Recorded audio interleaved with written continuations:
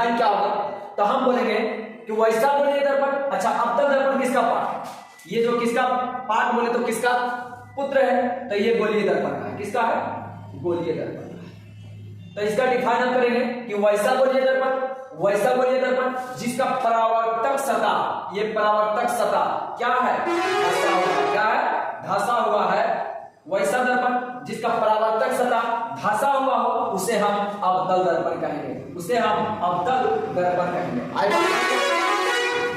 इसमें कुछ नहीं करना है, बस फिगर को समझना है और उसी के अकॉर्डिंग क्या करना है, डिफाइन क्रिएट कर देना है, डिफाइन को बना देना है, रटना नहीं। तो हम बताए थे कि अवतल दर्पण किसका पार्ट है, तो ये गोलीय दर्पण का। तो इसका लैंग्वेज में बोलेंगे कि वैसा दर्पण जिसका, वैसा गोलीय दर्पण, सॉरी ये क्या है, गोलीय दर्पण है ना, तो वैसा गोलीय दर्पण जिसका परावर्तक सतह क्या हो, धंसा हुआ हो, उसे हम अवतल दर्पण कहते हैं। अवतल दर्पण के बारे में पता चल गया कि अवतल दर्पण होता क्या है। तो वैसा दर्पण या वैसा गोलीय दर्पण जिसका परावर्तक सतह क्या हो, धंसा हुआ हो, उसे हम अवतल दर्पण कहते हैं।